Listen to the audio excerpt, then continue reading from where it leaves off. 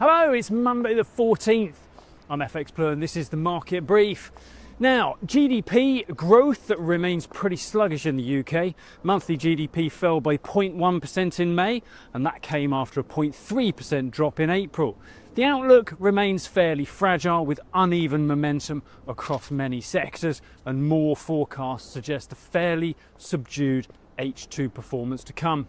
Reeves is still relying heavily on economic growth, where her fiscal headroom is limited by the levels of public borrowing and government debt. The good news for her is that the chance of a rate cut has increased after the GDP data missed forecast.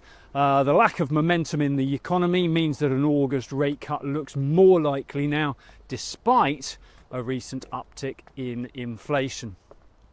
Over in the US, the dust needs to settle from the latest round of tariffs before we can get a good steer on the current state of the economy.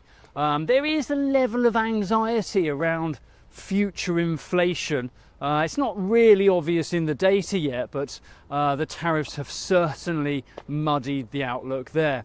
June saw CPI inflation data at 0.3%, which was up from 0.1% in May, and this has triggered fresh concerns about a spike in inflation, which may make it harder for the Fed to support a rate cut.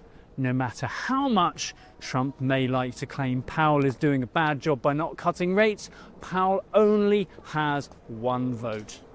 In the market, the dollar index challenged the 98 level last week but ran into resistance. We closed there about 97.85 on the week.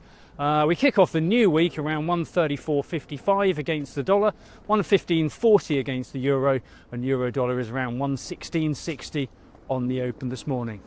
That's it from me. Have a great day. If you do not have a clue, then just tweet through and ask FxPlew.